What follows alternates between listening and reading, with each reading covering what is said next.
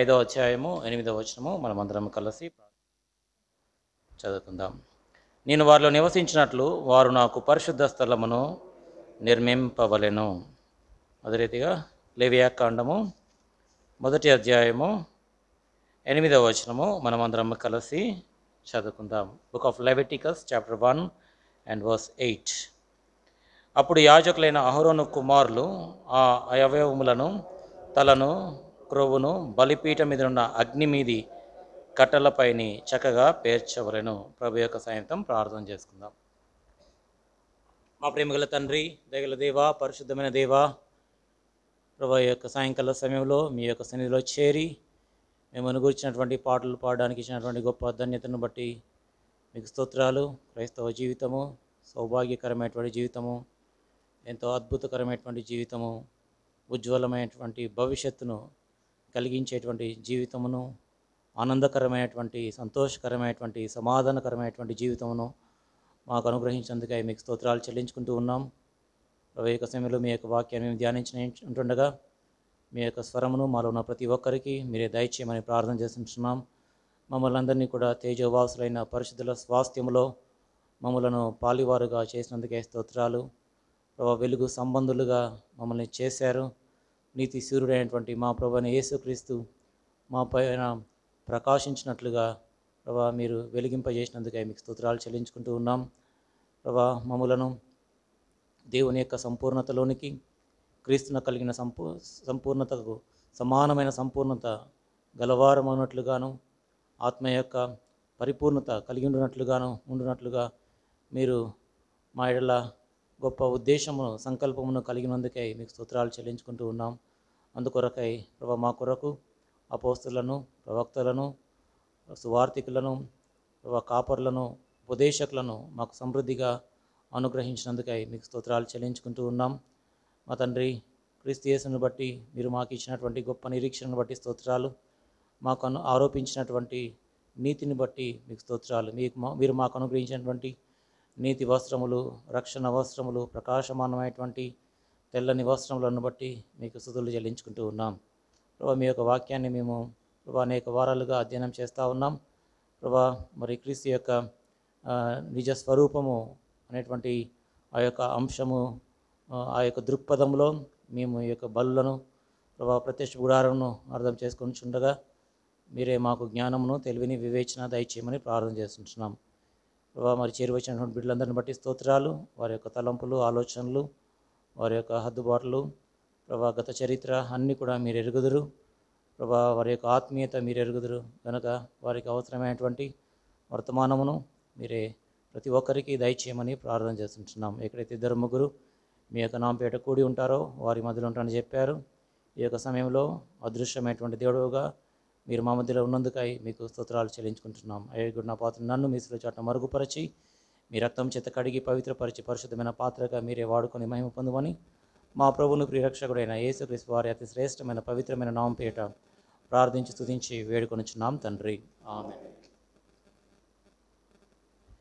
మన యొక్క మూల అంశము ప్రత్యక్షపు గుడారము. ఈ యొక్క ప్రత్యక్షపు గుడారంలో ద్వారం గురించి మనం ఇదివరకే అధ్యయనం చేశాం. ఇందులో మనము బలి పీఠము దగ్గర ఉన్నాము. బలిపీఠము పైన అర్పించబడేటువంటి అర్పణల గురించి మనం అధ్యయనం చేస్తూ ఉన్నాం. ఇందులో మొట్టమొదటి అర్పణ దహన బలి. ఈ యొక్క దహన బలిని ఎవరైతే తీసుకుని వస్తారో ఆ వ్యక్తి యెహోవా సన్నిధిలో ప్రత్యక్ష గుడారం ఎదుట ద్వారం యొద్ద ఆ పశువును వధించాలి. ఆ రక్తమును పట్టి, ఆ పశువు యొక్క రక్తమును పట్టి యాజకునికి అప్పగించాలి. తర్వాత ఎవరైతే ఆ పశువును వధిస్తారో ఆ వ్యక్తి ఆ పశు చర్మమంతటిని కూడా ఒలిచివేసి మరి ఆ యొక్క పశువు యొక్క భాగాలను విడదీయాలి. దాని యొక్క తలను, దాని యొక్క ఆంత్రములను, దాని యొక్క క్రొవ్వును, దాని యొక్క కాళ్ళను సంపూర్తిగా వేరు చేసి ఆంతరింద్రియములను, తర్వాత కాళ్ళను నీళ్లతో కడిగి ఆ కట్టెలపైని బలిపీఠం పైన పేర్చాలి. ఇందులో మనము ఇదివరకే రక్తమును గురించి అధ్యయనం చేశాము. తర్వాత తల గురించి అధ్యయనం చేశాము. ఈ తలలో ఉన్నటువంటి నేత్రముల గురించి మనము అధ్యయనం చేస్తూ ఉన్నాం. బలి గురించి మాట్లాడినప్పుడు అది మొట్టమొదటిగా ప్రభువైన యేసుక్రీస్తుని గురించి మాట్లాడుతూ ఉంది. బలి అని మాట్లాడినప్పుడు రెండవదిగా అది మన గురించి కూడా మాట్లాడుతూ ఉంది. కాబట్టి ఏ బలి తీసుకున్నా కానీ అది దహన బలి కావచ్చు, నైవేద్య బలి కావచ్చు, సమాధాన బలి కావచ్చు, పాప పరిహారార్థ బలి కావచ్చు, అపరాధ పరిహారార్థ బలి కావచ్చు, ఏ బలి అయినా కానీ ప్రతి బలి ప్రభువైన యేసుక్రీస్తుని గురించి మాట్లాడుతుంది. అదే సమయంలో ఆ యొక్క బలి మన గురించి కూడా మాట్లాడుతూ ఉంది. మన ప్రభువైన యేసుక్రీస్తు మన కొరకై తను తాను ఏ విధంగా బలిగా సజీవ యాగముగా మన కొరకై అర్పించుకున్నాడో అదే రీతిగా మనము కూడా మన ప్రభువైన యేసుక్రీస్తునకు మన యొక్క శరీరములను అర్పింప బద్దులమై ఉన్నాం. మన ప్రభువైన యేసుక్రీస్తు ఆయన మనల్ని ప్రేమించి మన కొరకు తను తాను దేవునికి అర్పణముగాను బలిగాను అప్పగించుకున్నాడు. మనల్ని ప్రేమించి అప్పగించుకున్నాడు, బలిగా అర్పణముగా అర్పించుకున్నాడు. రోమపత్రిక 12వ అధ్యాయం 1వ వచనం ప్రకారంగా మనము సజీవ యాగముగా మన యొక్క శరీరములను ప్రభునకు అర్పింప బద్దులమై ఉన్నాం. కాబట్టి బలి అని మనం ఎప్పుడైనా చదివినప్పుడు విన్నప్పుడు అది మొట్టమొదటిగా ప్రభువైన యేసుక్రీస్తుని గురించి మాట్లాడుతూ ఉంది. రెండవదిగా మన గురించి అది మాట్లాడుతూ ఉంది. మన ప్రభువైన యేసుక్రీస్తు మన కొరకు ఏ విధంగా అర్పించబడ్డాడు, తర్వాత మనము ప్రభువైన యేసుక్రీస్తుకి దేవునికి సేవ కొరకై, దేవుని యొక్క పరిచర్య కొరకై, ఆయన యొక్క పని కొరకై, సంఘం యొక్క క్షేమాభివృద్ధి కొరకు, ఆయన యొక్క రాజ్య వ్యాప్తి కొరకు మనం ఏ విధంగా ఉపయోగపడాలి, ఏ విధంగా మనల్ని మనం ప్రతిష్ఠించుకోవాలి అనే దాని గురించి కూడా ఈ యొక్క బలి మాట్లాడుతూ ఉంది. ఇందులో మనము తల గురించి చూసాము, తర్వాత నేత్రముల గురించి మనము పోయిన 2 వారాల్లో కొన్ని విషయాలు, ప్రాముఖ్యమైన విషయాలు మనం చూసాం. ఆ యొక్క నేత్రములు అంటే మొట్టమొదటిగా ప్రభువైన యేసుక్రీస్తు నేత్రములు, దేవుని యొక్క నేత్రముల గురించి మనం చూసాం. అందులో ప్రాముఖ్యంగా 5 ప్రాముఖ్యమైన విషయాలు మనం చూసాం. దేవుని యొక్క నేత్రములు అవి గువ్వ వంటి నేత్రముల వలె ఉన్నాయి. మరి పరమగీతంలో మనం చూసాము, నదీ తీరముల యందుండు గువ్వ వంటి నేత్రములను ఆయన కలిగి ఉన్నాడు. తర్వాత ఆ నేత్రములు పాల చేత కడగబడినటువంటి నేత్రముల వలె ఉన్నాయి. తర్వాత అవి మరి తాచిన నేత్రములు, తాచినటువంటి రత్నముల వలె ఆ నేత్రములు ఉన్నాయి అనేటువంటి విషయాన్ని మనం చూసాం. తర్వాత దేవుని యొక్క నేత్రములు రెండవదిగా అవి అగ్ని జ్వాల వలె ఉన్నాయి. మనము ప్రకటన గ్రంథం 1వ అధ్యాయంలో మనం చూసాం, ప్రభువైన యేసుక్రీస్తు యొక్క నేత్రములు అవి అగ్ని జ్వాలను పోలి ఉన్నాయి. తర్వాత మూడవదిగా దేవుని యొక్క నేత్రములు అవి మహిమ కలిగినటువంటి నేత్రములు, గ్లోరియస్ ఐస్, మహిమ కలిగినటువంటి నేత్రాలు. అది మనము యెషయా గ్రంథం 5వ అధ్యాయంలో మనం చూసాం.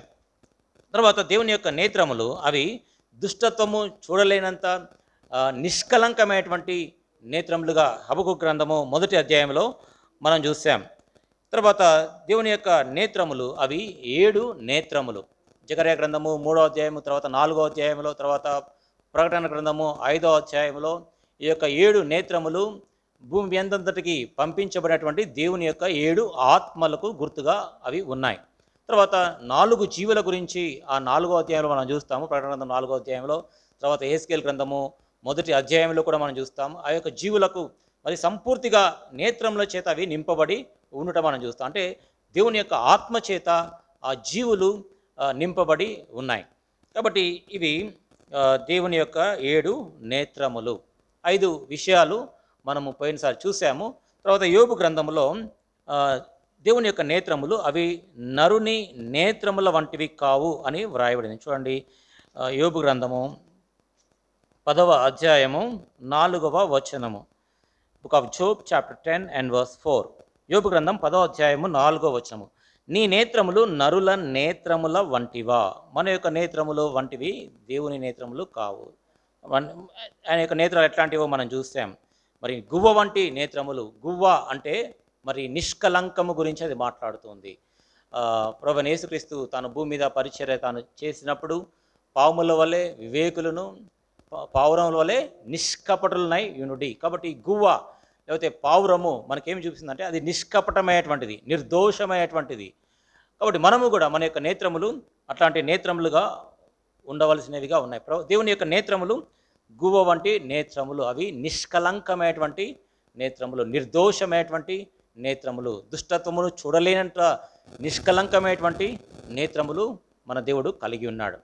కాబట్టి ఆ యొక్క నేత్రములతో ఆయన మంచివారిని చూస్తున్నాడు, చెడ్డవారిని చూస్తూ ఉన్నాడు, నరులందరినీ చూస్తూ ఉన్నాడు, నరుల యొక్క మార్గములను ఆయన చూస్తూ ఉన్నాడు, పరిశీలిస్తూ ఉన్నాడు, నరుల యొక్క మార్గములను ఆయన కనిపెట్టి చూస్తూ ఉన్నాడు, ఆయన నీతిమంతులను కూడా కనిపెట్టి చూస్తూ ఉన్నాడు.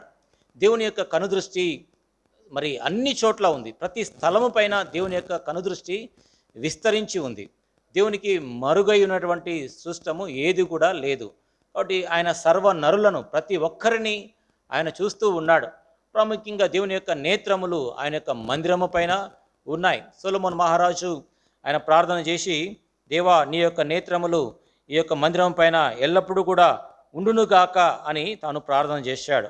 మొదటి రాజుల గ్రంథము 8వ అధ్యాయం, మొదటి రాజుల గ్రంథము 8వ అధ్యాయము 29వ వచనము.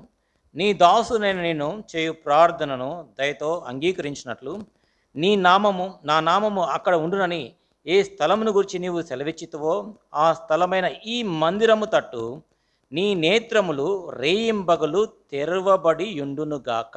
దేవుని యొక్క నేత్రములు పరిశుద్ధ స్థలం పైన ఎల్లప్పుడూ తెరవబడి ఉండునుగాక. కాబట్టి దేవుని యొక్క నేత్రములు ఆయన యొక్క మందిరము పైన, ఆయన యొక్క సంఘము పైన ఉంచబడి ఉన్నాయి. కాబట్టి ఎల్లప్పుడూ కూడా ఉన్నాయి. అయితే యెరూషలేములో దేవాలయం పైన దేవుని యొక్క నేత్రములు ఉంచబడి ఉన్నాయి. అయితే మరీ ఎక్కువగా సంఘము పైన, దేవుని యొక్క జీవం గల సంఘము పైన ఆయన యొక్క కనుదృష్టి తాను ఉంచి ఉన్నాడు. ద్వితీయోపదేశ కాండంలో మనం చూడగలము. అక్కడ దేవుని యొక్క ఆ యొక్క దేశము, ఇశ్రాయేల్ యొక్క దేశం పైన దేవుని యొక్క కనుదృష్టి ఏ విధంగా ఉందంటే సంవత్సరాది మొదలుకొని సంవత్సరాంతం వరకు ఉంచుతానంటాడు. చూడండి, ద్వితీయోపదేశ కాండము 11వ అధ్యాయము 12వ వచనము. Deuteronomy chapter 11 and verse 12. అది ఆకాశ వర్ష జలము త్రాగును, అది నీ దేవుడైన యెహోవా లక్ష్యపెట్టు దేశము, నీ దేవుడైన యెహోవా కన్నులు సంవత్సరాది మొదలుకొని సంవత్సరాంతము వరకు ఎల్లప్పుడూ దాని మీద ఉండును. దేవుని యొక్క దేశము పైన, ఇశ్రాయేలు దేశం పైన, దేవుని యొక్క మందిరము పైన దేవుని యొక్క నేత్రములు ఎడతెగకుండా ఉన్నాయి. కాబట్టి సంఘము పైన, అది ప్రాంతీయ సంఘము కావచ్చు, సార్వత్రిక సంఘము కావచ్చు, చిన్న మంద కావచ్చు, ఎక్కడైతే ఇద్దరు ముగ్గురు నా కూడి ఉంటారో వారి మధ్యలో ఉంటానని చెప్పాడు. కాబట్టి ఇద్దరున్నా కానీ దేవుని యొక్క సన్నిధి వారి మధ్యలో ఉంటుంది. దేవుని యొక్క కనుదృష్టి వారిపైన ఉంటుంది. దేవుడు వారి యొక్క ప్రార్థనలను ఆయన లక్ష్య పెడతాడు. వారు ఏ విధంగా మాట్లాడుతూ ఉన్నారు అవన్నీ కూడా ఆయన జాగ్రత్తగా ఆలకించేటువంటి వాడు. చూడండి, మలాకీ గ్రంథంలో మరి మనుషులు మాట్లాడుకునేటప్పుడు దేవుడు వింటాడంట. చూడండి, మలాకీ గ్రంథము 3వ అధ్యాయము 16వ వచనము. Book of Malachi chapter 3 and verse 16. అప్పుడు యెహోవా యందు భయభక్తులు గలవారు ఒకరితో ఒకరు మాట్లాడుకొనుచుండగా యెహోవా చెవియొగ్గి ఆలకించెను. కాబట్టి ఒకరితో ఒకరు, ఇక్కడ ఇద్దరే, ఒకరితో ఒకరు. కాబట్టి ఇద్దరు ఉన్నా కానీ దేవుడు చూస్తాడు, దేవుడు ప్రార్థనను ఆలకిస్తాడు. సొలొమోను ప్రార్థన చేసినప్పుడు, ప్రభువా ఈ స్థలము పైన, ఈ మందిరం పైన రేయింబగలు నీ యొక్క నేత్రములు ఉండునుగాక అని ప్రార్థన చేశాడు.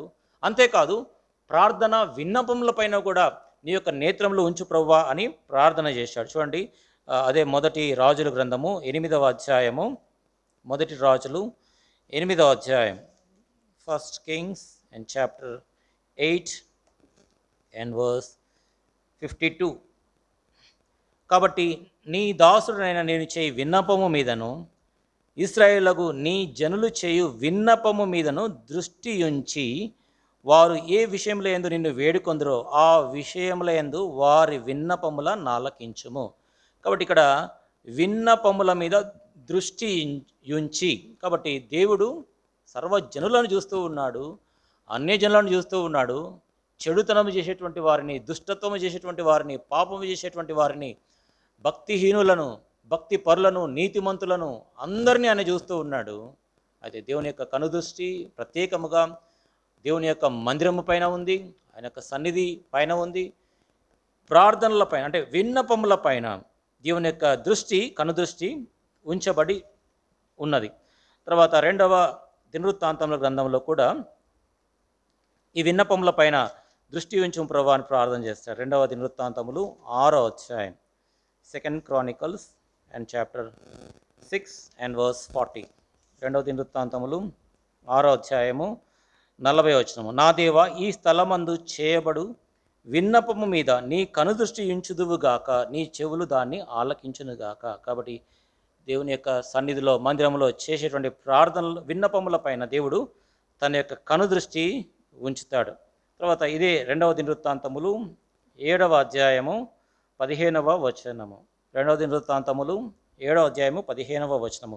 ఈ స్థలమందు చేయబడు ప్రార్థన మీద నా కనుదృష్టి నిలుచును, నా చెవులు దాన్ని ఆలకించును. కాబట్టి దేవుని యొక్క కనుదృష్టి దేవుని మందిరం పైన, మన ప్రార్థనల పైన, విన్నపముల పైన దేవుడు కనుదృష్టి ఉంచాడు. కాబట్టి నీతిమంతుల ప్రార్థన దేవుడు ఆలకిస్తాడు. మనఃపూర్వకమైనదై, అది బహుబగలము గలదై మరి ఉంటుందని పేతురు తన యొక్క పత్రికలో రాస్తాడు. మనకు చాలా పరిచయమైనటువంటిది. కాబట్టి దేవుని యొక్క పిల్లలు ప్రార్థన చేసినప్పుడు దేవుడు తన యొక్క దృష్టిని ప్రార్థనలపైన, విన్నపములపైన ఆయన ఉంచుతాడు.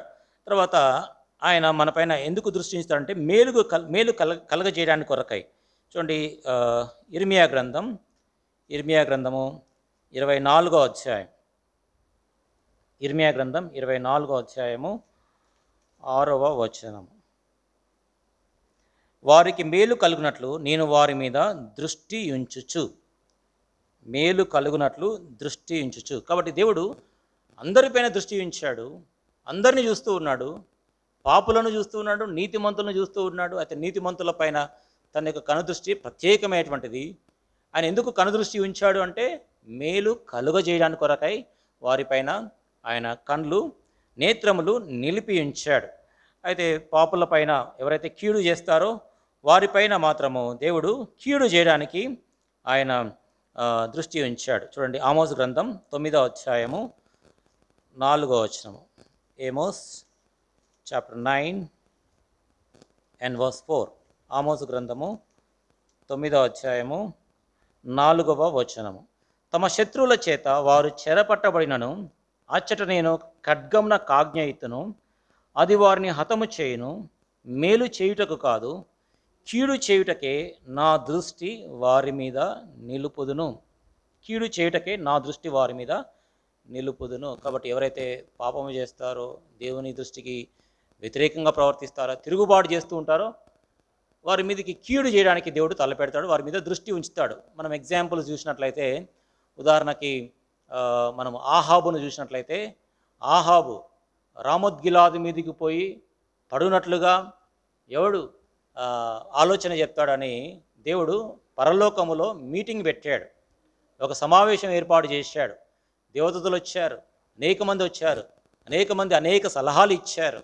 అయితే ఒక ఆత్మ వచ్చి తనకు మరి ఈ విధంగా అబద్ధపు ఆత్మగాని ఉంటానని చెప్పినప్పుడు, నువ్వు జయమందుతావు, నువ్వు వెళ్ళి ఆ విధంగా ఉండమని చెప్పినప్పుడు, ఆ విధంగా ఎందుకొరకు దేవుడు పంపించాడంటే కీడు చేయుట కొరకై. ఆహాబు రామోద్గిలాదు మీదకి వెళ్ళాలి, అక్కడ యుద్ధములో తాను ఓడిపోవాలి, రక్తము కార్చబడాలి, ఆ రక్తాన్ని కుక్కలు నాకాలి. అందుకనే దేవుడు కీడు కలగజేయడానికి కొరకై ఆహాబు పైన దేవుడు దృష్టి నిలిపాడు. ఈ విధంగా బైబిల్ గ్రంథంలో మరి పలు సందర్భాల్లో ఈ విధంగా దేవుడు మరి కీడు కలగజేయడానికి కొరకై దృష్టి నిలిపినట్లుగా మనము చూడగలం. కాబట్టి దేవుని యొక్క కనుదృష్టి మన పైన దేవుడు ఉంచి ఉన్నాడు, నీతిమంతుల పైన ఆయన ఉంచాడు. అంతేకాదు, ఆయన మనల్ని కను పాప వలె ఆయన మనల్ని కాచి కాపాడుతూ ఉన్నాడు. చూడండి, జకర్యా గ్రంథము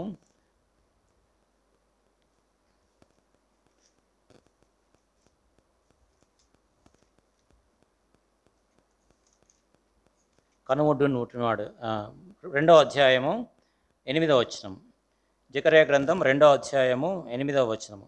సైన్యములకు అధిపతి యెహోవా సెలవిచ్చినదేమనగా, మిమ్మును ముట్టినవాడు తన కనుగుట్టును ముట్టినవాడని ఎంచి.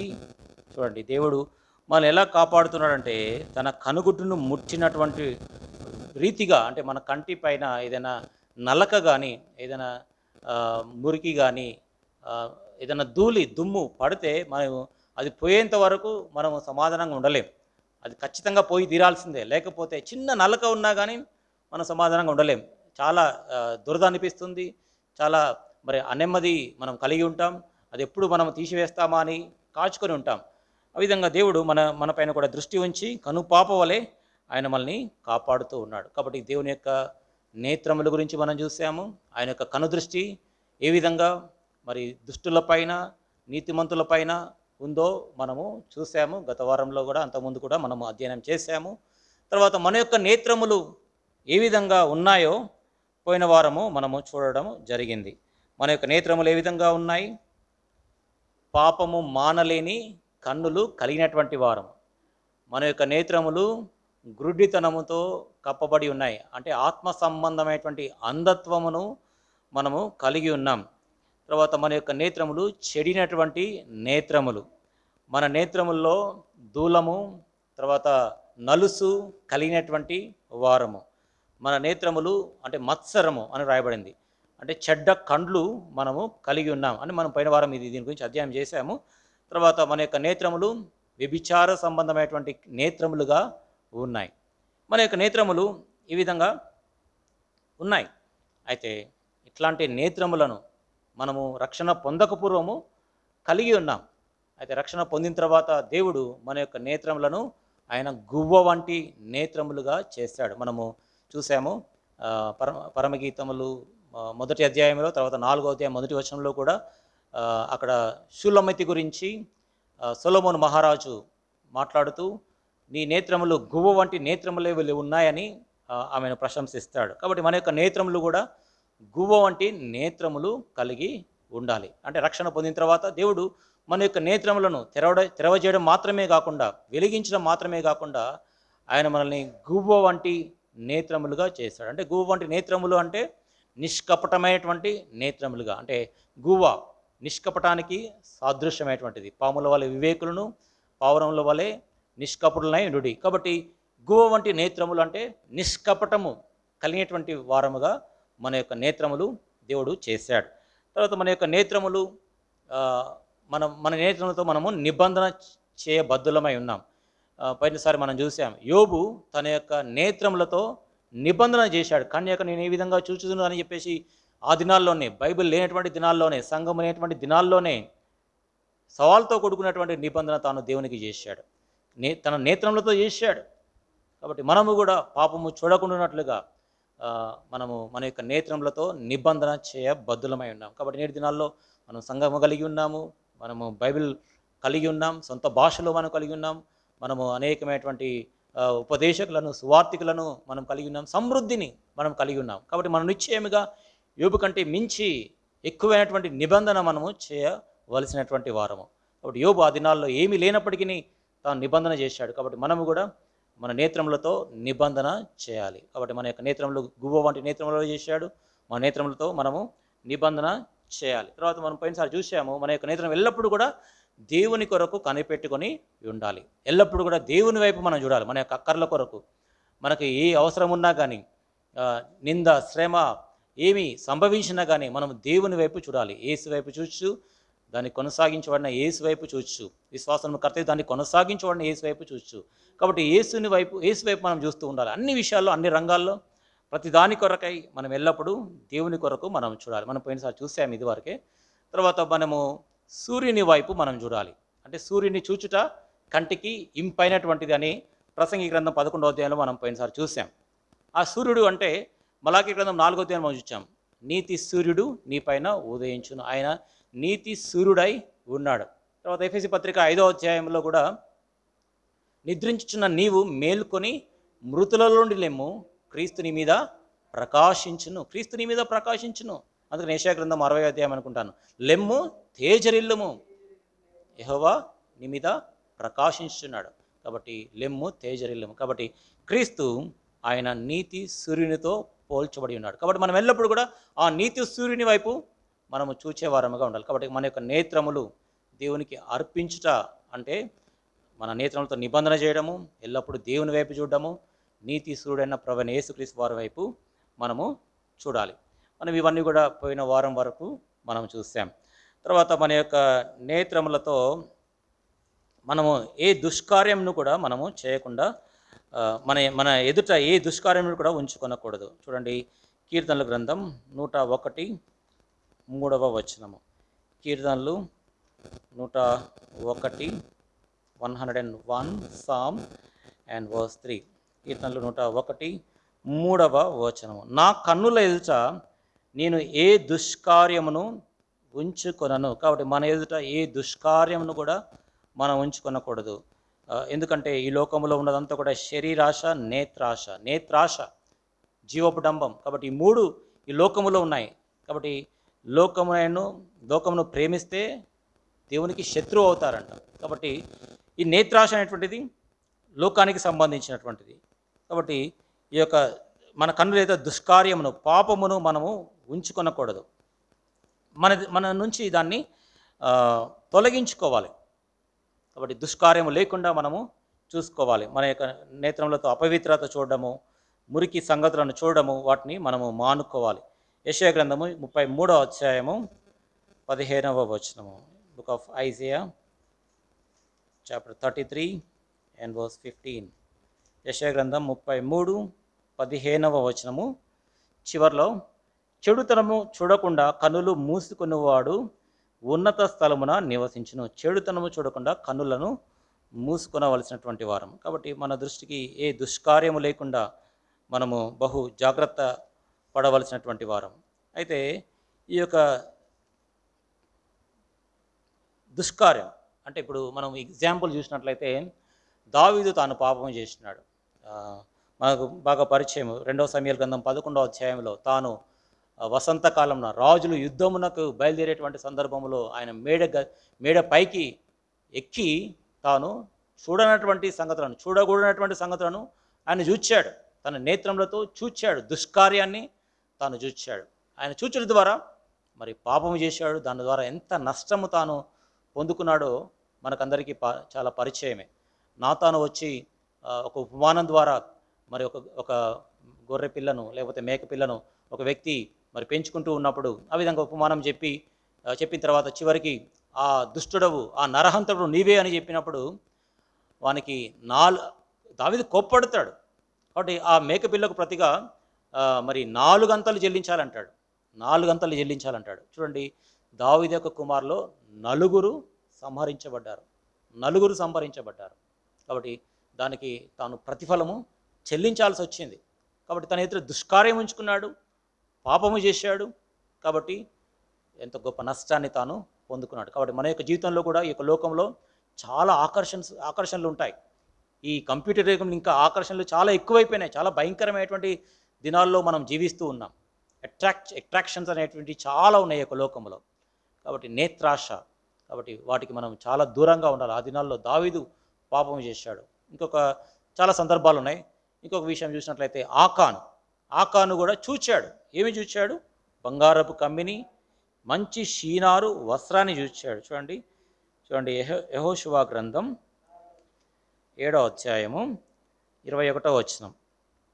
Book of Jashuva chapter 7 and verse 21. యెహోషువ 7వ అధ్యాయం 21వ వచనం. దోపుడు సొమ్ములో ఒక మంచి షీనారు పై వస్త్రమును 200 తులముల వెండిని 50 తులముల ఎత్తుగల ఒక బంగారు కమ్మిని నేను చూచి.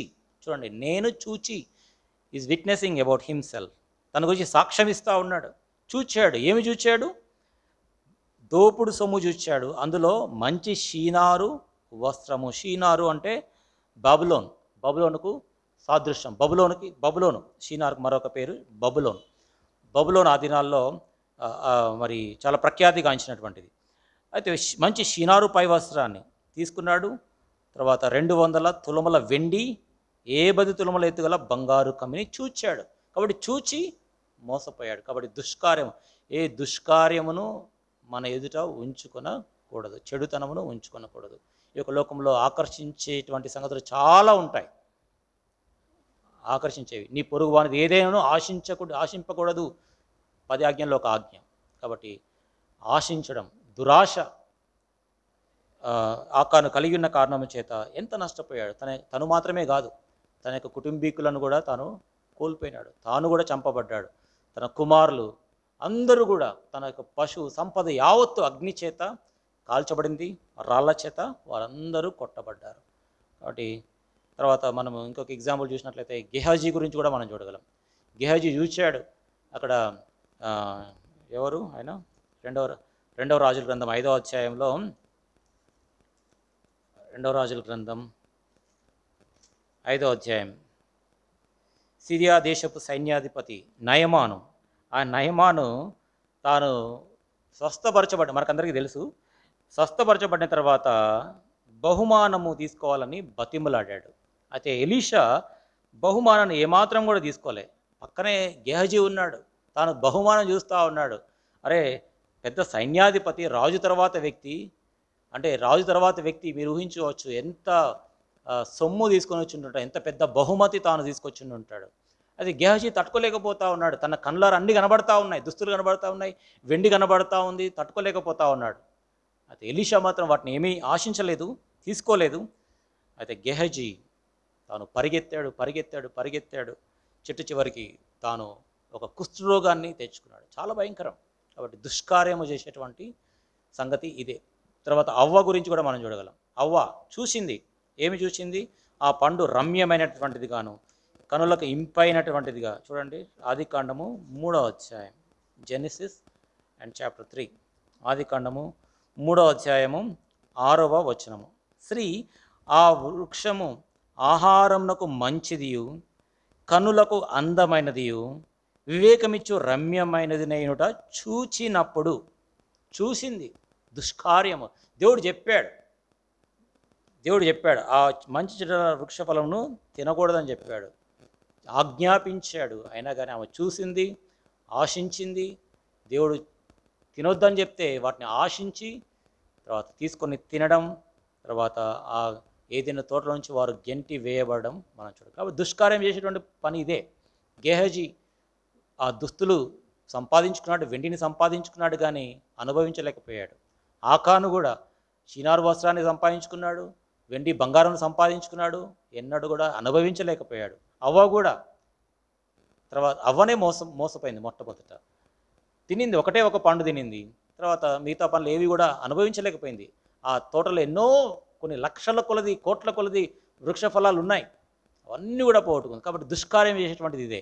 ఆకర్షణ, it is like A attraction, it is a deceptive attraction, మనల్ని మోసపరిచేటువంటి ఆకర్షణలు. కాబట్టి అందుకని ఎఫెసీ పత్రికలో అపోస్తలుడైన పౌలు అంటాడు, మోసకరమైన దురాశల వలన. చూడండి, ఎఫీషియన్స్ చాప్టర్ 4 అండ్ వర్స్ 22, ఎఫెసీ పత్రిక 4వ అధ్యాయము 22వ వచనము. కాబట్టి మునుపటి ప్రవర్తన విషయంలోనైతే మోసకరమైన దురాశల వలన చెడిపోవు మీ ప్రాచీన స్వభావం వదులుకొని.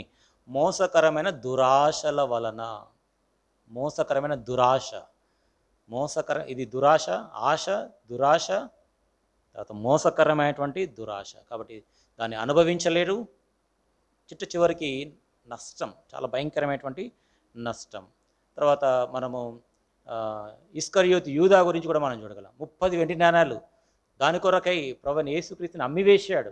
ఆ 30 వెండి నాణాలు ఏమైనా అనుభవించాడా అంటే, తన ఇంటి వారికి ఏమైనా వాటిని ఖర్చు చేశాడా అంటే ఏమీ ఖర్చు చేయలేకపోయాడు.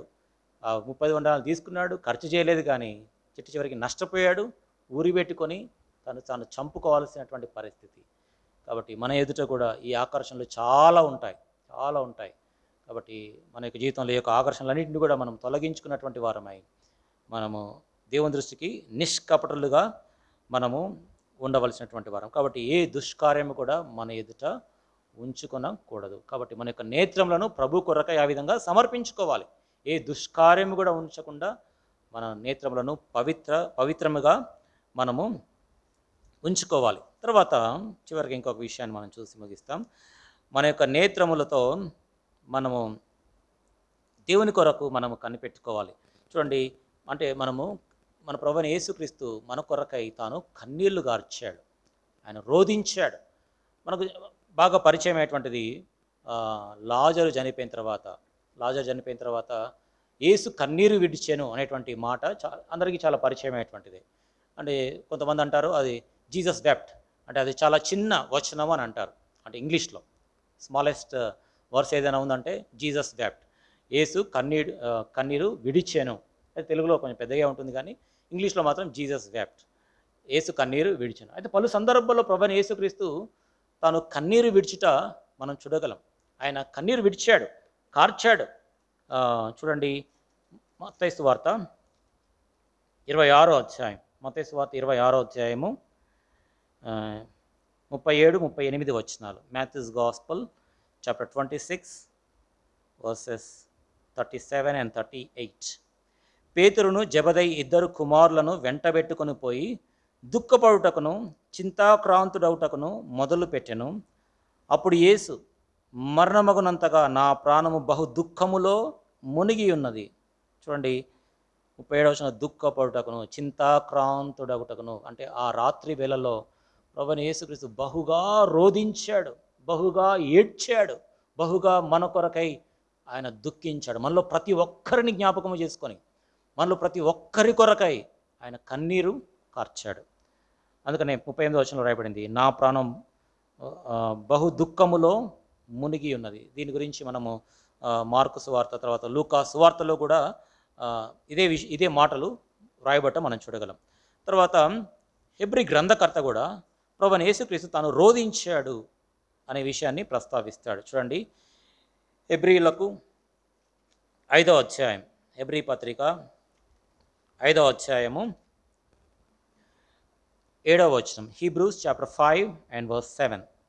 శరీరధారి అయి ఉన్న దినములలో మహారోదనముతోనూ కన్నీళ్లతోనూ తన్ను మరణం నుండి రక్షింపగల వానికి ప్రార్థనలను యాచనలను సమర్పించి భయభక్తులు కలిగి ఉన్నందున ఆయన అంగీకరింపబడిన. చూడండి, తాను శరీరధారి అయిన దినములో మహారోదనముతో అంటే విలపించి ఏడ్చాడు మన కొరకై, బహుగా కన్నీళ్లు కార్చాడు మన కొరకై.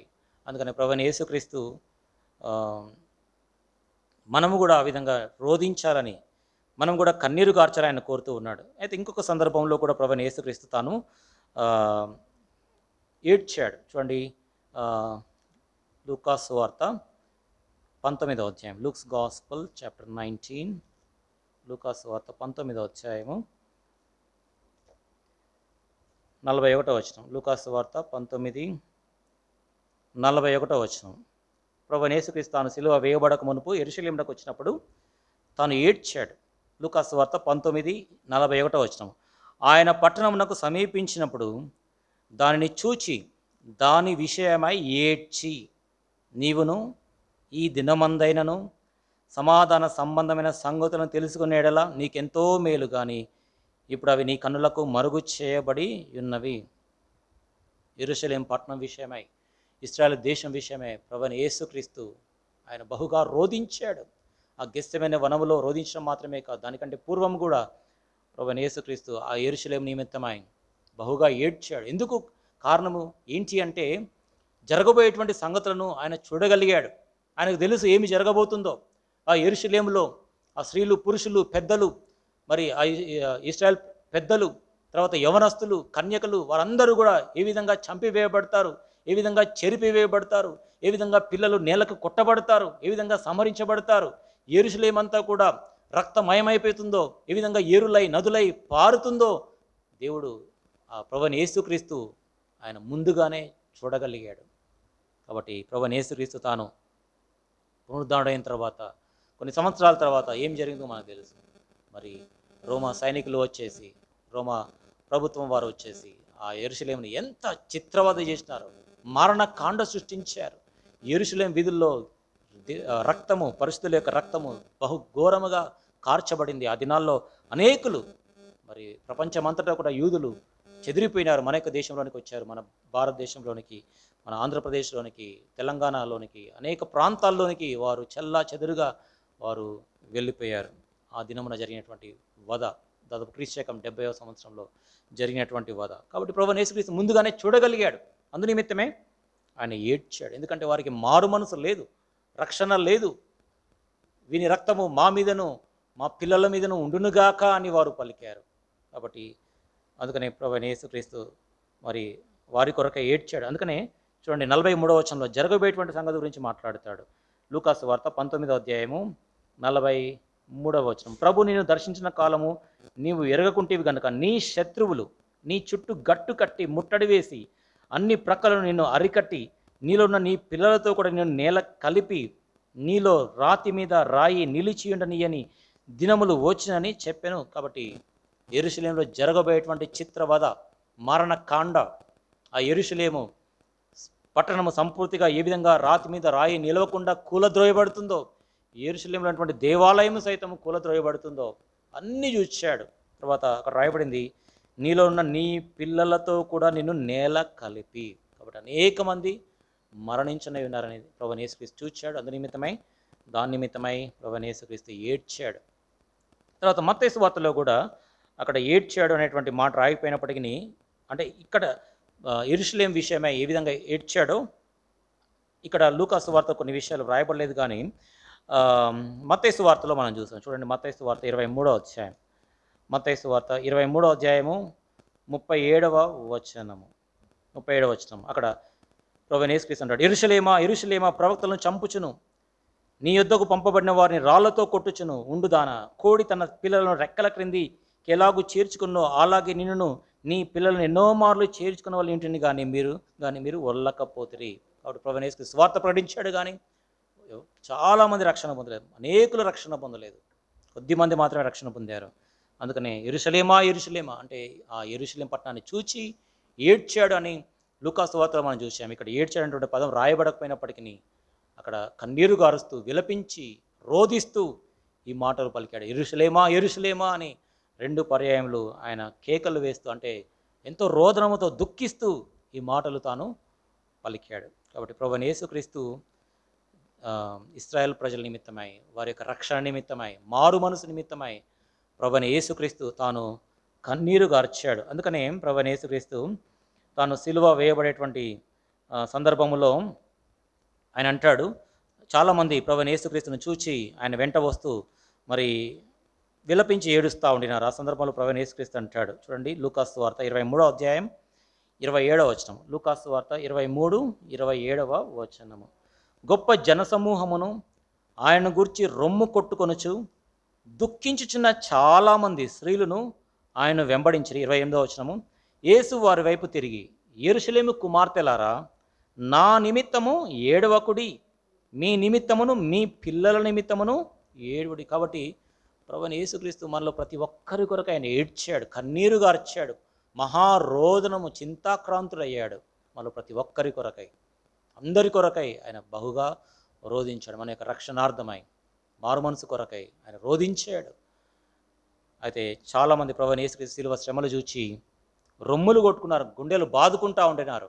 ఆ యొక్క శ్రమలను చూచి, ప్రభువైన యేసుక్రీస్తు యొక్క రక్తమును చూచి, ముళ్ళ కిరీటము, కొరడా దెబ్బలు, ఆయన శిలువను మోసుకుంటూ వెళ్తూ ఉన్నప్పుడు భరించలేక అనేక మంది రొమ్ములు బాదుకుంటూ ఉండినారు. అయితే చాలామంది కూడా ఈ ప్యాషన్ ఆఫ్ క్రైస్ట్ అని కొన్ని సంవత్సరాల క్రితము ఒక మూవీ రిలీజ్ చేసినారు. చాలామంది అది చూసి ఏడుస్తూ ఉండినారు, చాలామంది ఏడుస్తూ ఉన్నారు. ఆ విధంగా ఏడుస్తూ ఉన్నప్పుడు కొంతమంది, నాతో పాటు కూడా కొంతమంది ఏడుస్తూ ఉండినారు. నాకు ఈ వచనం జ్ఞాపకం వచ్చింది. ప్రభువైన యేసుక్రీస్తు చెప్పాడు, నా నిమిత్తం ఏడవద్దు, మీ నిమిత్తం, మీ పిల్లల నిమిత్తము ఏడవాలి. ఎందుకంటే రాబోయేటువంటి ఉగ్రత చాలా భయంకరమైనటువంటి ఉగ్రత. దేవుడు ఒక దినం తీర్పు తీర్చునే ఉన్నాడు. మీరు నా గురించి ఏడిచి మీరు మారు మనసు పొందకపోతే, మీ పిల్లలు మారు మనసు పొందకపోతే రాబోయేటువంటి ఉగ్రత నుంచి మీరు తప్పించుకోలేరు, మీ పిల్లలు తప్పించుకోలేరు. కాబట్టి మీ నిమిత్తము, మీ పిల్లల నిమిత్తము ఏడవకుడి. ప్రభువైన యేసుక్రీస్తు లేఖనముల ప్రకారము ఆయన సిలువ వేయబడుతూ ఉన్నాడు ఆ యొక్క దినాల్లో. కాబట్టి నా నిమిత్తం ఏడవద్దని చెప్పాడు. కాబట్టి ప్రభువైన యేసుక్రీస్తు ఆయన చెప్పింది, మనము మన నిమిత్తము, మన పిల్లల నిమిత్తము ఏడవవలసినటువంటి వారం. కాబట్టి ఒకవేళ మన యొక్క పిల్లలు ఇంకా రక్షణ పొందకపోతే, మన కుటుంబంలో ఎవరైనా కానీ, భార్య కానీ, భర్త కానీ, లేకపోతే బంధువులు కానీ, ఇరుగు పొరుగు వారు కానీ, మనకు సమీపస్తులు, మన కుటుంబములో మరి బాధ్యత వహించేటువంటి వారు ఎవరైనా కానీ ఇంకా రక్షణ పొందకపోతే వారి నిమిత్తమై మనము కన్నీరు గార్చవలసినటువంటి వారం. కాబట్టి ప్రభువైన యేసుక్రీస్తు ఈజ్ ద బెస్ట్ ఎగ్జాంపుల్. ఆయన మన కొరకే కన్నీరు గార్చాడు. కాబట్టి ఆ యొక్క బలిపీఠం పైన ఉన్నటువంటి ఆ యొక్క తలలో ఉన్నటువంటి కండ్లు ప్రభువైన యేసుక్రీస్తు నేత్రముల గురించి అవి మాట్లాడుతూ ఉన్నాయి. ఆ నేత్రముల ద్వారా ప్రభువైన యేసుక్రీస్తు మన కొరకే కన్నీరు గార్చాడు, రోధించాడు. కాబట్టి మనము కూడా కన్నీరు కార్చబద్దులమై ఉన్నాం. మనం కూడా రోధించి, దుఃఖించి, రక్షణ పొందినటువంటి పిల్లల గురించి, రక్షణ పొందినటువంటి కుమారులు, కుమార్తెల గురించి, తల్లిదండ్రుల గురించి, భార్య గురించి, భర్త గురించి, ఇరుగు పొరుగు వారి గురించి మనము రోధించే వారముగా ఉండాలి. అంతేకాకుండా సంఘములో కొంతమంది వస్తారు, రక్షణ పొందకుండా వెళ్ళిపోతూనే ఉంటారు. వారి నిమిత్తమే మనం పట్టింపు కలిగి ఉండాలి. వారి గురించి మనం ప్రార్థన చేయాలి, కన్నీరు గార్చాలి. ఉపవాస ప్రార్థన కలిగి ఉండడం మంచిదే.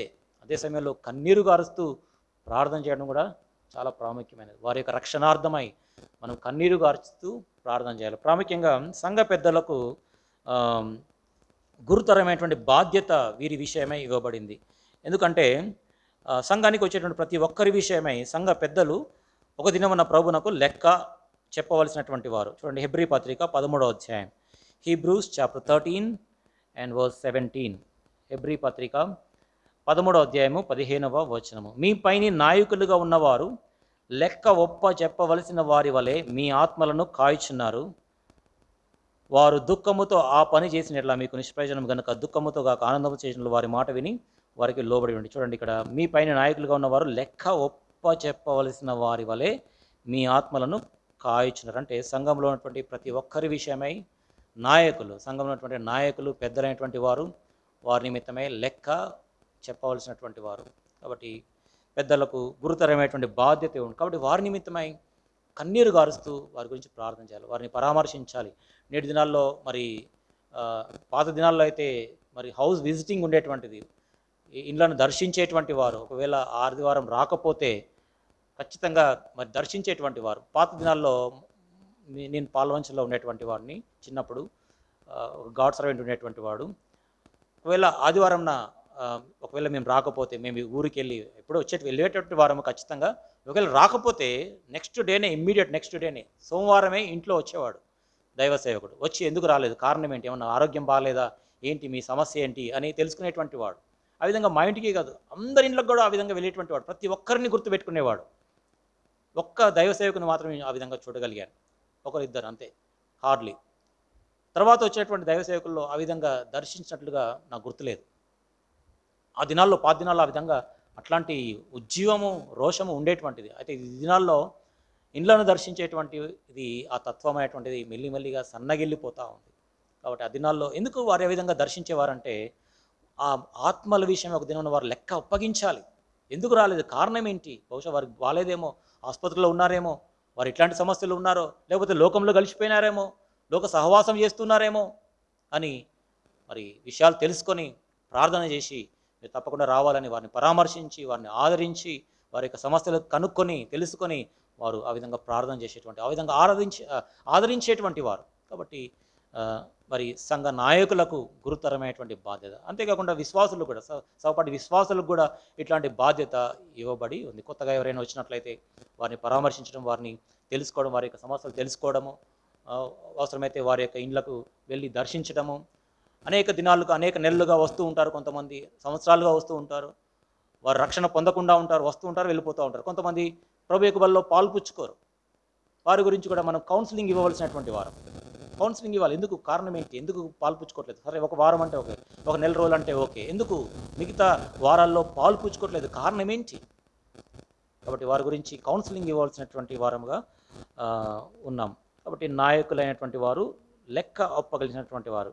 తర్వాత దీని గురించి అపోస్తలుడైన పౌలు ఎఫెసీ సంఘానికి కూడా, సంఘ పెద్దలను పిలిపించి దీని గురించి తాను ప్రస్తావిస్తాడు. చూడండి, అపోస్తలుల కార్యములు, యాక్ట్స్ ఆఫ్ ది అపోస్తల్స్, అపోస్తలుల కార్యములు 20వ అధ్యాయం, అపోస్తలుల కార్యములు 20వ అధ్యాయము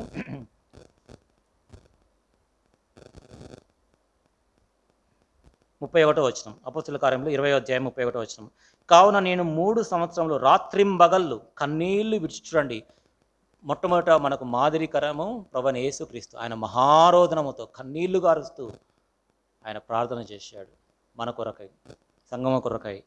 తర్వాత అపోస్తలుడైన పౌలు కూడా చూడండి, ఆయన యొక్క వైఖరి చూడండి, ఆయన యొక్క ఇంటెన్షన్ చూడండి. ఎఫెసీ సంఘంలో దాదాపు 3 సంవత్సరాలు పరిచర్య చేశాడు.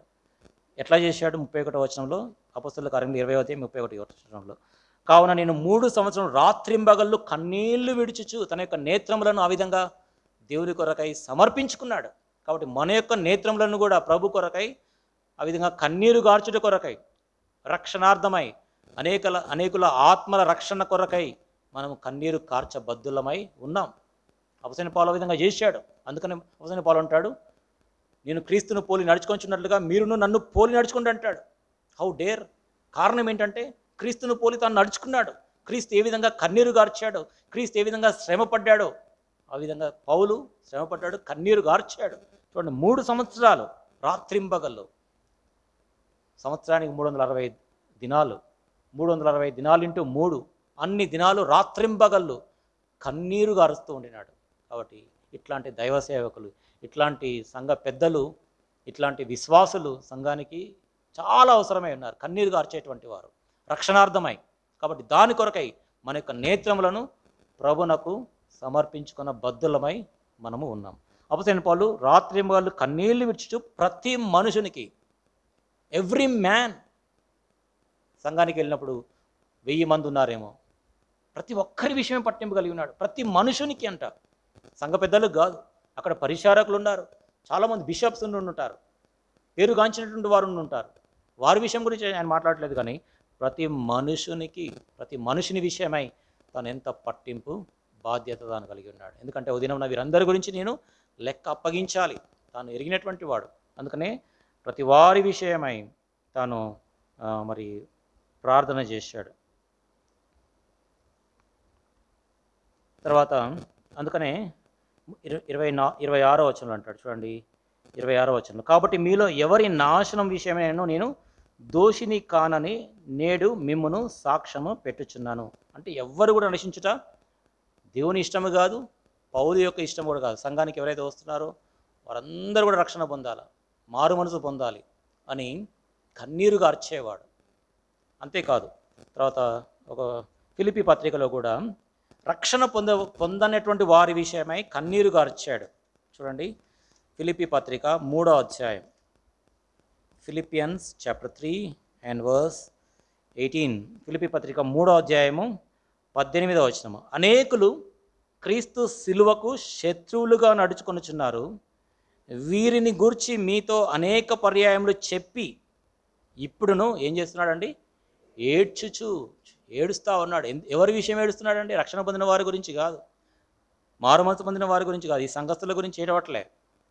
క్రీస్తు శిలువకు శత్రువులుగా నడుచుకున్న వారి గురించి, రక్షణ పొందినటువంటి వారి గురించి, తమ హృదయంలో కఠినపరుచుకున్నటువంటి వారి గురించి కన్నీరు గారుస్తున్నాడు. ఎందుకంటే తన యొక్క ఆత్మ సంబంధమైన నేత్రంలో చూస్తూ ఉన్నాడు, వీరందరూ అగ్నిగుండములో, నిత్య అగ్నిగుండములో యుగ యుగములు కాలిపోతారు. అయ్యో అయ్యో, వీరు కాలిపోతారే, వీరు నా ప్రజలు, ఇశ్రాయేల్ ప్రజలు, యూదులు, వీరు వాగ్దాన నిబంధనలు కలిగినటువంటి వారు, వీరు అగ్నిగుండంలో పాలుగాడం ఏంటి అని కన్నీరు గారుస్తూ ఉన్నాడు, ఏడ్చుచు చెప్పుచున్నాను. అందుకనే అంటాడు 19వ వచనంలో, నాశనమే వారి అంతం, నాశనం వారి అంతం. అందుకని ఏడుస్తూ ఉన్నాడు, కన్నీరు గారుస్తూ ఉన్నాడు. కాబట్టి మనము ఆ నాశనమును చూడాలి. They are going to inherit that destiny, eternal hell fire. కాబట్టి దాన్ని మనం చూసినప్పుడు మనము కన్నీరు కార్చేట్టుండ. ప్రాముఖ్యంగా మన యొక్క పిల్లల విషయమై, వారు రక్షణ పొందారా లేదా, మారు మనసు పొందారా లేదా, బాప్తిసం తీసుకున్నారా, యథార్థమైనటువంటి జీవితాన్ని, సత్యవంతమైన జీవితాన్ని జీవిస్తున్నారా లేదా. మొట్టమొదటిగా కుటుంబం విషయమై ప్రార్థన చేయాలి. కుటుంబం, that is the most important thing. మనకి పిల్లల గురించి మనం ప్రార్థన, వారు రక్షణ పొందాలి. రక్షణ పొందకుండా ఉన్నట్లయితే విశ్రాంతి ఉండకూడదు, ఏమాత్రం కూడా విశ్రాంతి ఉండదు. అవసరమైతే ఉపవాసం ఉండాలి, అవసరమైతే కన్నీరు గార్చాలి, రాత్రింబగళ్ళు వారి గురించి ప్రార్థన చేసి తీరాల్సింది. వారి రక్షణ పొందాలి, మారు మనసు పొందాలి, బాప్తిసం తీసుకోవాలి, దేవుని యొక్క సంఘంలో చేర్చబడాలి. అంతవరకు కూడా వారి గురించి కన్నీరు కార్చి తీరవలసిందే. కన్నీరు గారుస్తే దేవుడు కనికరిస్తాడు, దేవుడు ప్రార్థన ఆలకిస్తాడు, వారి యొక్క హృదయాలు మారుస్తాడు. ఎందుకంటే రాజుల యొక్క హృదయాలు నీటి కాలువల వల్ల దేవుని యొక్క చేతిలో ఉన్నాయి. దేవుడు మలుస్తాడు వారిని, సమస్తమును తనకు లోబరుచుకున్న జాలిన శక్తిని బట్టి. అంటే అందరినీ కూడా తనకు లోబరుచుకున్న జాలినటువంటి శక్తి దేవునికి ఉంది. కాబట్టి ప్రార్థన చేస్తే దేవుడు వారిని మలుస్తాడు. ఎంత కఠిన హృదయాలైనా కానీ వారిని బండను బ్రద్దలు చేసినట్లుగా వారి హృదయాన్ని బ్రద్దలు చేస్తాడు, మెత్తగా చేస్తాడు. దేవుడు వారిని తన వైపుగా తిప్పుకోగలడు. అట్లాంటి సామర్థ్యం ప్రభువుకు ఉంది. దేవుడు చేయగలడు, మనుషుడు చేయకపోవచ్చు. అయితే వారు మారు మనసు పొందేంత వరకు మనం కన్నీరు గార్చి ప్రార్థన చేయవలసినటువంటి వారం. కాబట్టి ప్రభువైన యేసుక్రీస్తు మన కొరకై కన్నీరు గార్చాడు, రక్తము మన కొరకై రోధించాడు, మహారోదనము తాను కలిగి ఉండినాడు. అపొస్తలుడైన పౌలు కూడా రక్షణ పొందినటువంటి వారి గురించి ఆయన విలపించి మరి ఆయన ఏడ్చాడు. అంతేకాకుండా దేవుడు మనము తిరుగుబాటు చేస్తే, తర్వాత మన హృదయాన్ని కఠినపరుచుకుంటే ఆయన చాటుగా ఏడుస్తాడంట. అంతకుముందు వారిని చూపించలేకపోయాను. చూడండి, ఇర్మియా గ్రంథం 13వ అధ్యాయము 17వ వచనం. Book of జెరమయా chapter 13 and verse 17. ఆయనను మీరు ఆ మాట విననొల్లని ఎడల మీ గర్వమును బట్టి నేను చాటున ఏడ్చుదును. చూడండి, దేవుడు చాటున ఏడుస్తాడు. మనకు తెలీదు. మనము హృదయ గర్వం కలిగి ఉన్నప్పుడు, అహంకార భావం కలిగి ఉన్నప్పుడు, అహం కలిగి ఉన్నప్పుడు, దేవుని వాక్యానికి తిరుగుబాటు చేసినప్పుడు మనకు అర్థం కాదు. దేవుడు చాటుగా ఏడుస్తూ ఉంటాడు, దుఃఖిస్తూ ఉంటాడు. మనకు తెలియదు అది. Our eyes are closed, we don't know, but God cries very silently. మన కొరకు ఆయన చాటుగా ఏడుస్తాడు. తర్వాత యెహోవా మంద చెరపెట్టబడినందున నా నేత్రం బహుగా వలపోయిచు కన్నీరు విడిచుచు ఉండును. అందుకనే ఎఫెసీ పత్రిక 4వ అధ్యాయంలో దేవుని పరిశుద్ధాత్మను దుఃఖపరచకుడి, grieve not the Holy Spirit of God. పరిశుద్ధాత్మను దుఃఖపరచకుడి, దుఃఖపడతాడు మనం తిరుగుబాటు చేసినప్పుడు, మాట వినకపోతే. కాబట్టి మనము ప్రభునకు దుఃఖము కలుగజేయకుండా మనము సరైనటువంటి ప్రవర్తన మనం కలిగినట్లయితే ప్రభు మన యొక్క ప్రార్థనలను ఆలకిస్తాడు. కాబట్టి ప్రభు మన కొరకే కన్నీరు గార్చాడు. మనము కూడా ఇతరుల నిమిత్తమై, మన యొక్క పిల్లల నిమిత్తమై, రక్షణ పొందినటువంటి వారు, సంఘములో నూతనంగా వచ్చేటువంటి వారు, సంఘానికి వచ్చేటువంటి వారి గురించి, మరి వారి గురించి, చుట్టుపక్కల వారి గురించి మనం కన్నీరు కార్చబద్దులమై ఉన్నాం. కాబట్టి ఒక దినమున ప్రభు మన యొక్క కన్నీటిని, మన యొక్క ప్రతి బాష్ప బిందువును ఆయన తుడిచివేస్తాడు. చూడండి, ప్రకటన గ్రంథం 7వ అధ్యాయము, రెవల్యూషన్ చాప్టర్ 7 and verse 17. ప్రకటన గ్రంథం 7వ అధ్యాయము 17వ వచనము. ఏలయనగా సింహాసనం మధ్య మందుండు గొర్రెపిల్ల వారికి కాపరి అయి జీవజలముల బుగ్గల యొద్దకు వారిని నడిపించును. దేవుడే వారి కన్నుల నుండి ప్రతి బాష్ప బిందువును తుడిచి వేయును. ప్రతి బాష్ప బిందువు తుడిచివేస్తాడు. తర్వాత ప్రకటన గ్రంథం 21వ అధ్యాయము 4వ వచనము. ఆయన వారి కన్నుల ప్రతి బాష్ప బిందువును తుడిచి వేయును. మరణం ఇక ఉండదు, దుఃఖమైన, ఏడ్పైన, వేదనను ఇక ఉండదు. కాబట్టి ప్రభు కొరకై మనము అంటే రక్షణార్థమై, రక్షణ పొందినటువంటి వారి కొరకై, సంఘం యొక్క క్షేమాభివృద్ధి కొరకు, సువార్త వ్యాప్తి కొరకు మనము కన్నీరు కార్చబద్దులమై ఉన్నాం. మనము కన్నీరు కార్చినప్పుడు దేవుడు ప్రతి చుక్కను, ప్రతి కన్నీటిని ఆయన తన యొక్క కవిలలో, తన యొక్క బుడ్డిలో ఆయన దాచుకొని ఉంటాడు. చూడండి, కీర్తనల గ్రంథంలో ఒక చోట ఉంటుంది. కీర్తనలో 56వ కీర్తన 8వ వచనం. 56వ కీర్తన 8వ వచనం.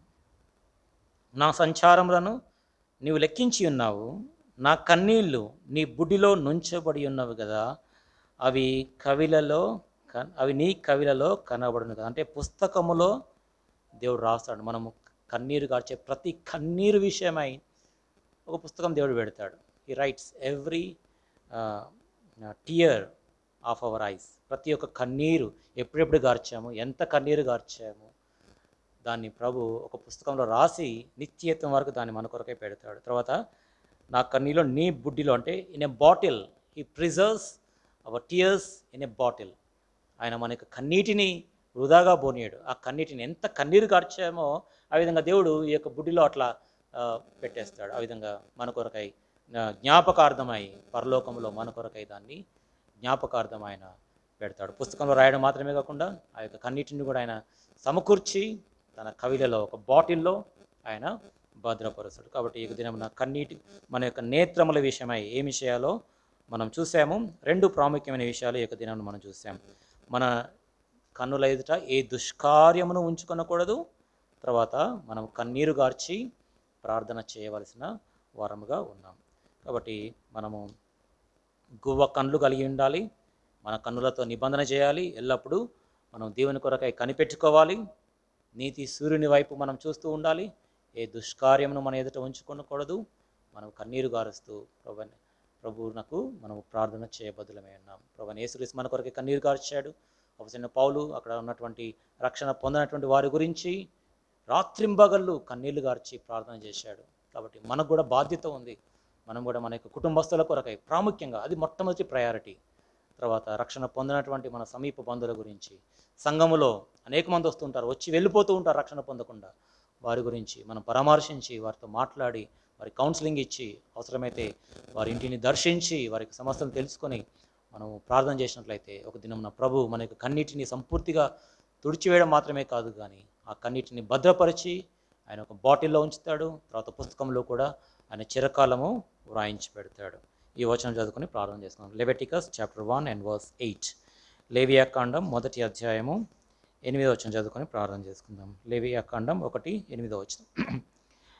అప్పుడు యాజకులైన అహరోను కుమారులు ఆ అవయవములను, తలను, క్రొవ్వును బలిపీఠం మీద ఉన్న అగ్ని మీది కట్టెలపైని చక్కగా పేర్చవలెను. దేవుడి యొక్క వాక్యాన్ని దీవించిన ప్రారంభం చేసుకున్నాం. మా ప్రేమగల తండ్రి, దయగల దేవా, నిజ స్వరూపము క్రీస్తునందున్నది. ప్రభా, ఈ యొక్క దహన బలిలో ఏవైతే అర్పించబడ్డాయో వాటి యందు మా ప్రభుని యేసు క్రీస్తును మాకు స్పష్టముగా కనపరుస్తున్నందుకే స్తోత్రాలు. ప్రభా, మీ యొక్క నేత్రములు నదీ తీరంలో ఎందుండు గువ్వ వంటి నేత్రములు, పాల చేత కడగబడినటువంటి నేత్రములు, చెక్కిన తాచినటువంటి నేత్రములు, ప్రభా, అగ్ని జ్వాల వంటి నేత్రములు, దుష్టత్వము చూడలేనటువంటి నిష్కలంకమైనటువంటి నేత్రములు, మహిమ కలిగినటువంటి నేత్రములు, 7 నేత్రములు కలిగినటువంటి దేవుడు ప్రభా, నరుల వంటి నేత్రములు కావు ప్రభా. మీ యొక్క కనుదృష్టి సర్వ నరులపైన ఉంది, ప్రత్యేకంగా మీ పిల్లల పైన, మీ సన్నిధి పైన, మీ మందిరం పైన, మా ప్రార్థనల పైన, మా విన్నపముల పైన ప్రభా, మాకు మేలు కలుగజేయట కొరకై దృష్టి ఉంచారు, మాకు ఆలోచన చెప్పుట కొరకై దృష్టి ఉంచారు. మీకు స్తోత్రాలు ప్రభా. మేము కూడా గువ్వ కళ్ళు కలిగినటువంటి వారమై, నిష్కపటమైనటువంటి నేత్రములు కలిగినటువంటి వారమై ప్రభా, మా యొక్క నేత్రముల ఎదుట దుష్కార్యమును ఏమీ కూడా ఉంచుకొనక మా నేత్రములతో నిబంధన చేసుకునేటువంటి వారమై తండ్రి, ఎల్లప్పుడూ నీతి సూర్యుని చూచేటువంటి వారముగా మమ్మల్ని చేయండి. ఎల్లప్పుడూ ఆ యొక్క వెలుగును మేము చూచేవారుగా చేయండి. అదే రీతిగా తండ్రి, రక్షణ పొందినటువంటి మా ప్రియుల గురించి మేము కన్నీరు కార్చినట్లుగా, రాత్రింబగళ్ళు విలపించి దుఃఖించినట్లుగా మాకు అట్లాంటి కన్నీటిని, దుఃఖమును మాలో ఉన్న ప్రతి ఒక్కరికి ఆ భారమును దయచేయమని ప్రార్థన చేస్తుంటున్నాం. ప్రభా, నా కొరకు, మా కొరకు మహారోదనముతో, మిక్కిలి దుఃఖముతో మీరు వేదన పడి చింతాక్రాంతుడవై ఆ గెస్సెమైన వనములో మీరు ఏడ్చారు.